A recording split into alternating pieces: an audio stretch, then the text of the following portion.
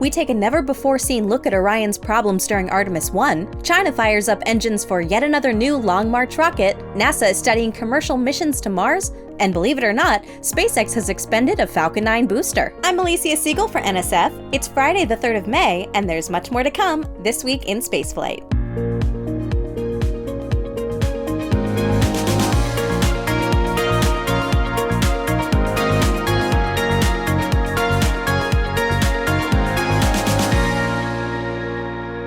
NASA has selected 9 companies to perform studies on potential commercial science missions to Mars. The companies are Lockheed Martin, Firefly Aerospace, United Launch Alliance, Astrobotic, Albedo Space Corporation, Redwire Space, Impulse Space, Blue Origin, and SpaceX. This selection is part of NASA's Mars exploration program to open up opportunities for commercial companies to deliver science and communication services to Mars at a lower cost and higher frequency than is being done now.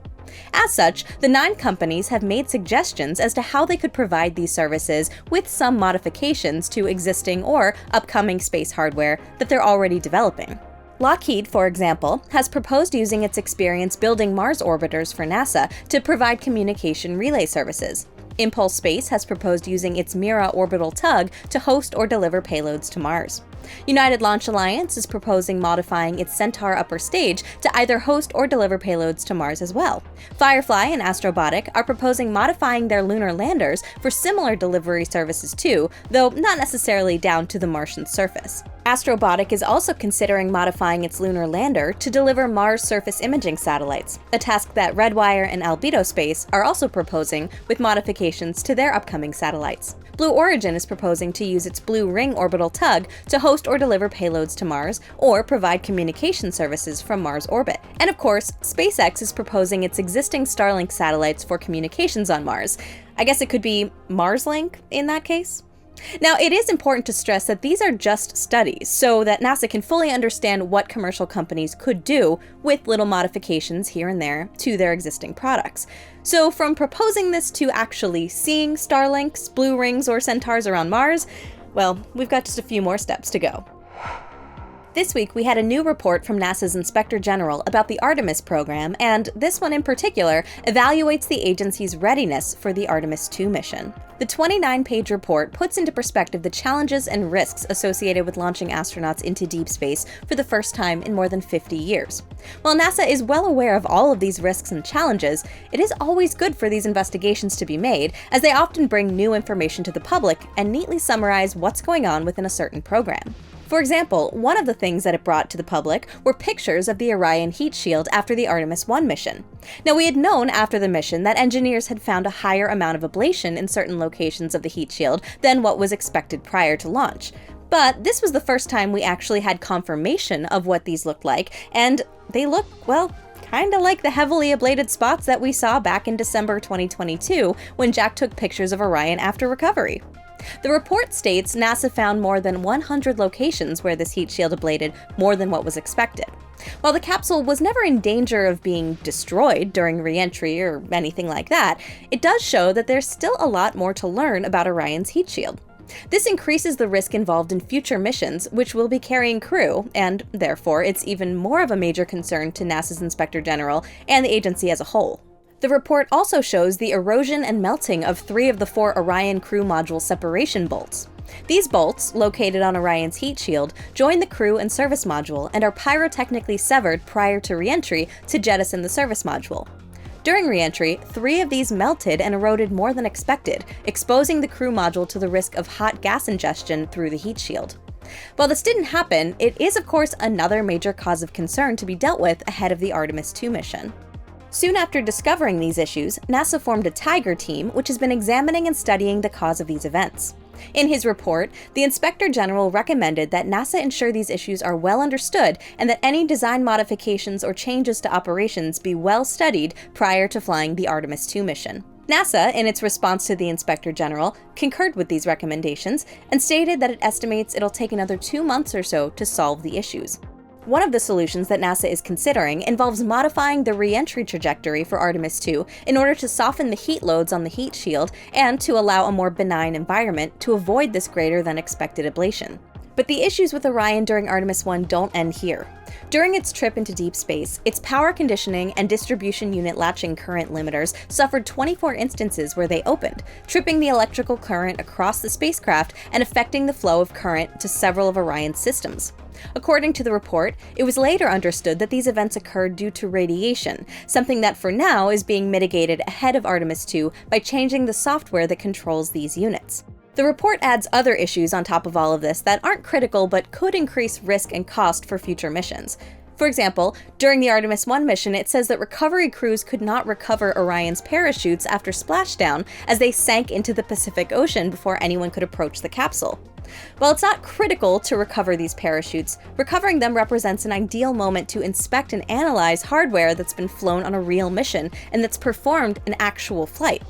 Similar instances of this during Dragon or Starliner flights have uncovered small flaws with the design of the parachutes for those capsules and has allowed SpaceX and Boeing to improve the parachute systems of those spacecraft, essentially making them safer. Something else that the Inspector General identified as something that could potentially become an issue is the early stacking of the SLS rocket before successfully establishing a timeline for readiness of all parts of the Artemis II mission. The report notes how, for Artemis I, NASA started stacking the solid rocket boosters used on SLS all the way back in November 2020. These boosters have a shelf life of 12 months once stacking begins, but this number is a conservative one and can be extended based on data taken from the SRBs during the stacking procedure. For Artemis I, the SRBs stayed stacked for 24 months, which is twice as long as they're normally certified for. The report puts it clearly, quote, "The ability to extend booster stack life is based on actual hardware measurements of each individual booster. As such, there is no guarantee that the life of the boosters for the Artemis II mission can be extended the same amount of time as the Artemis I mission. Premature stacking of the Artemis II boosters could exhaust their usable life, requiring their replacement, a costly and time-consuming effort." Given the amount of uncertainty in a lot of the Artemis II systems, it seems like what the report is saying is, hey NASA, it'd be great if this time around you made sure you are absolutely ready to fly before stacking the rocket, just in case you're not actually ready to fly and have to mess with the certification of those boosters.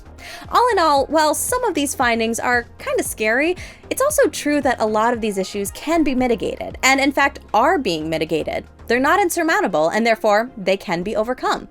NASA's already well underway to finish solving these issues, and hopefully by the end of next year, we'll be able to say that we had humans in deep space once again after more than 50 years. Now let's take a quick glimpse at some other stories across space. The satellite communications world has been significantly disrupted by the emergence of low and medium Earth orbit constellations and changes in demand for services like television. The latest example of this is Luxembourg-based SES buying out Washington, D.C.-based Intelsat for $3.1 billion. Intelsat, which emerged from Chapter 11 bankruptcy in the last couple of years, and SES announced the merger on Tuesday, April 30th. The two competitors have launched over 100 ComSats combined to medium and geostationary orbit. The companies are now joining forces to try to compete with Starlink and other constellations like Kuiper, as the geostationary communication sector isn't as lucrative as it used to be. The new company will be based in Luxembourg with an additional large operation out of Washington, D.C., and is expected to branch out into low and medium Earth orbit. In fact, SES has already flown the O3B and O3B mPOWER medium Earth orbit internet satellite constellation. This acquisition of Intelsat by SES is subject to regulatory approval, but SES doesn't think that will be a problem. There are currently 2 operational space stations in Earth orbit. A third space station, which could potentially be the first commercial space station in history, is in development, to be launched as early as next year. The commercial company VAST, which is working toward a goal of building and operating stations using artificial gravity sometime in the 2030s, has finished a Pathfinder vehicle for the Haven 1 design. VAST finished the Pathfinder this month, proving the company's ability to build the basic geometry and interfaces of the design. The next step is to build a structural qualification article to conduct pressure and load tests.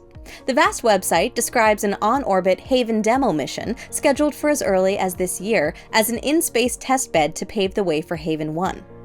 Haven 1 is set to launch next year on a Falcon 9, and once launched, a crew will launch on a Crew Dragon on the VAST 1 mission, scheduled to dock with the station for 30 days.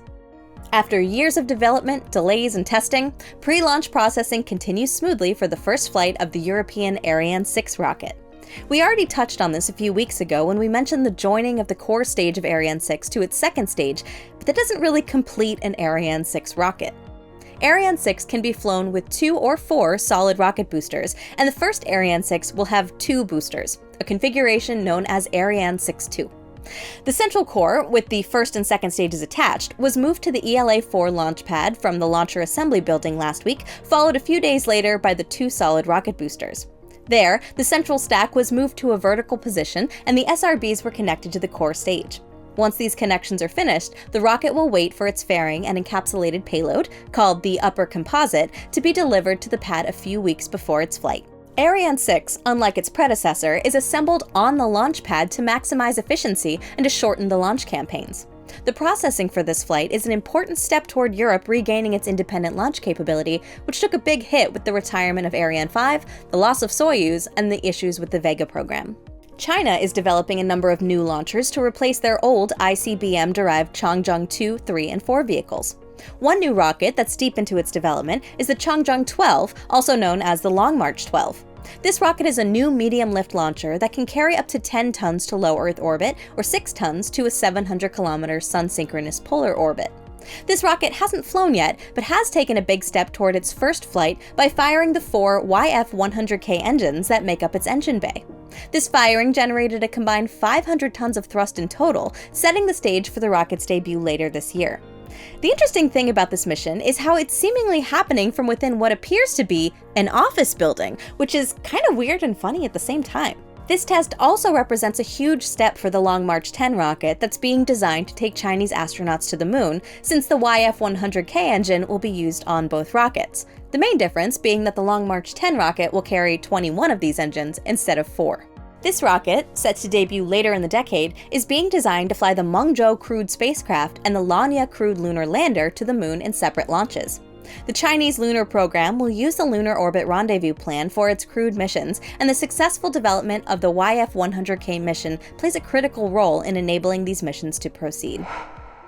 Now let's go over all of the traffic in space during the past week and what's coming up next week in spaceflight.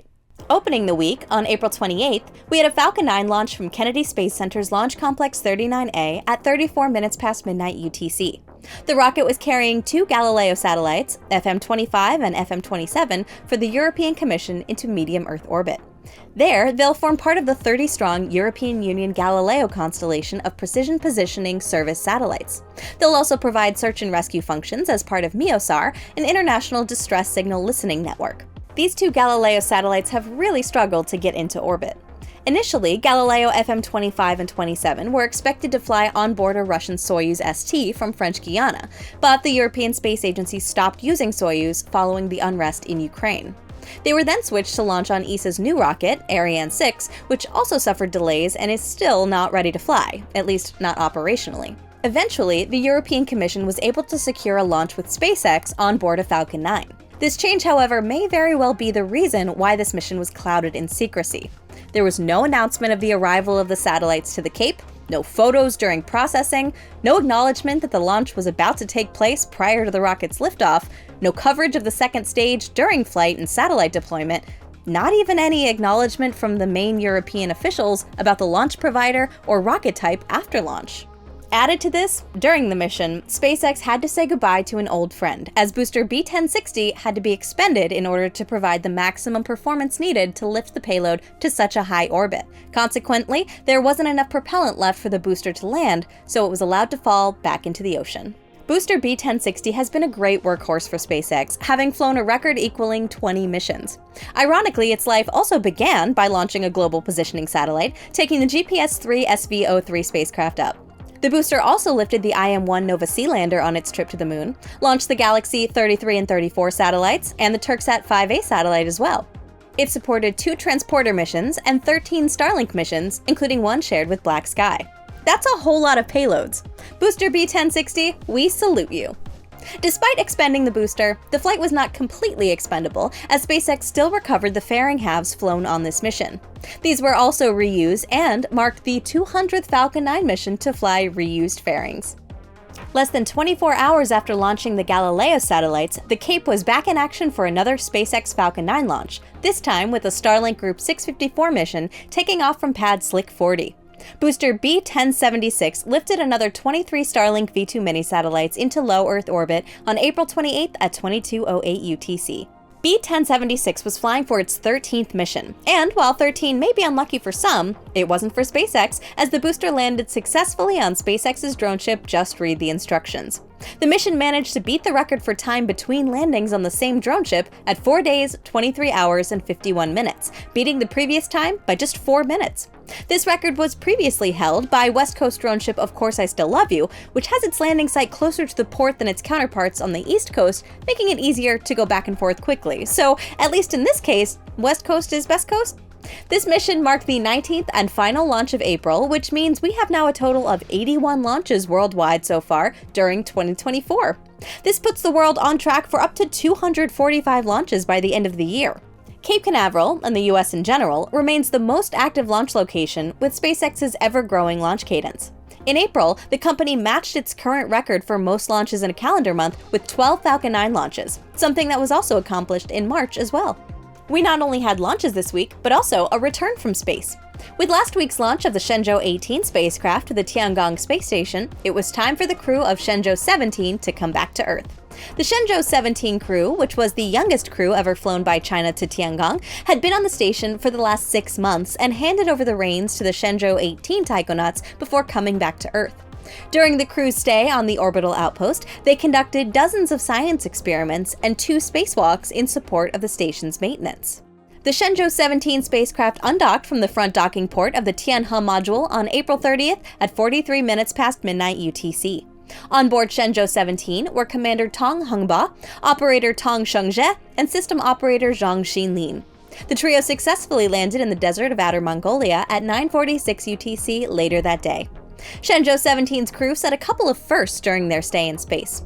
Tong Hengba was the first taikonaut to visit Tiangong twice, having flown on Shenzhou 12, and now accumulates a total of over 279 days in space. Tong Chang'e, at 34, also became the youngest Chinese space flyer to conduct a spacewalk. From the other space station, the International Space Station, we also had some traffic movement as the Crew 8 Dragon spacecraft relocated ports. Crew Dragon Endeavour, with its crew of 4 on board, undocked on May 2nd from the front docking port of the ISS Harmony module at 12:57 UTC. It performed 2 burns to back away and translate over to the zenith port of the same module, to which it docked again at 13:46 UTC, just 49 minutes after undocking. This relocation now clears the way for Boeing's Starliner spacecraft to dock to the front docking port of the orbital outpost next week once it finally launches with crew on board. Kicking off the launches for the month of May was, of course, SpaceX and its Falcon 9 rocket. This week in Vandenberg began with a Falcon 9 launch from Space Launch Complex 4 East on May 2nd at 18:36 UTC. The mission was carrying 2 Worldview Legion satellites from Maxar into a sun-synchronous orbit. The mission had previously targeted launch dates in mid and late April, but kept delaying without any explanation from SpaceX. The Worldview Legion satellites are the first of 6 from Maxar's new generation of Earth imaging satellites. While the first 2 are launching into a sun-synchronous orbit, the next 4 will be launching to mid-inclination, allowing more regular passes. Once all 6 are in orbit, they'll have the potential to image most parts of the world up to 15 times per day thanks to this. The booster for this mission, B-1061, was flying for the 20th time, becoming the 3rd booster to do so. Unlike its sibling B-1060, this booster's 20th flight did have enough propellant to make a landing. In fact, the booster was able to perform a return to launch site landing at Landing Zone 4, only a few hundred meters from the launch pad. This launch even used the stubby version of the MVAC engine on the 2nd stage, as it was a rather easy launch in terms of performance for Falcon 9.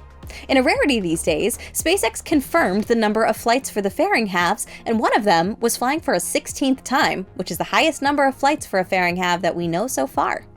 The mission also marked the 300th time a Falcon 9 successfully delivered a payload into orbit since the Amos 6 explosion that took place in September of 2016. And just yesterday night, we had the 4th Falcon 9 launch of the week with another Starlink mission taking off from Space Launch Complex 40 in Florida. This one was carrying yet another 23 Starlink V2 mini-satellites into low Earth orbit. The booster for this mission, B-1067, was flying for the 19th time, and it successfully landed on the drone ship A Shortfall of Gravitas. With the 2 Starlink launches this week, that brings the number of Starlink satellites in orbit to 5,919. This also brings up the total number of Starlinks launched to 6,327, with 408 having burnt up in the Earth's atmosphere. And in the morning of when this show is published, we've had the launch of a Chang Zheng 5 carrying the Chang'e 6 lunar sample return mission. We'll cover that in much more detail next week, so stay tuned. Coming up next week, we'll have up to 6 launches, the first of which will be a Falcon 9 with the Starlink Group 656 mission. Liftoff is said to take place within a 4-hour launch window that opens on May 6th at 1534 UTC. The second of these 6 launches will be the very first crew flight of Boeing's Starliner spacecraft. Liftoff of the Atlas V N-22 with Starliner Calypso is set to take place on May 7th at 2:34 UTC. The 45th Space Weather Squadron predicts a 90% chance of favorable weather conditions for launch, so there's a good chance that it goes on time if the hardware cooperates. We will obviously be covering the launch live at NSF, starting 4 hours prior to launch and following the crew suit up and arrival at the pad, all the way to Starliner entering orbit. Astronauts Butch Wilmore and Sunita Williams will then test the spacecraft as it approaches the International Space Station and are scheduled to dock to the ISS front docking port on May 8th at 4:48 UTC. After Atlas V's launch, we'll have the launch of a Chang'e 6C rocket from China with a yet unknown payload. The 42-minute launch window is set to open on May 7th at 3:13 UTC. Another Falcon 9 launch will then take place later in the day from Launch Complex 39A, carrying the Starlink Group 657 mission. The 4-hour launch window is set to open on May 7th at 22:09 UTC. The third Falcon 9 launch of the week will follow just a few hours later from Vandenberg with the Starlink Group 82 mission. The 4-hour launch window is set to open on May 8th at 2:48 UTC. And wrapping up the week, we'll have the launch of a Chang'e 3BE rocket with another unknown payload. Liftoff is set to take place within a 41-minute window that opens on May 9th at 1:33 UTC. And that's your weekly update of spaceflight news. We'll see you all again next week to recap This Week in Spaceflight.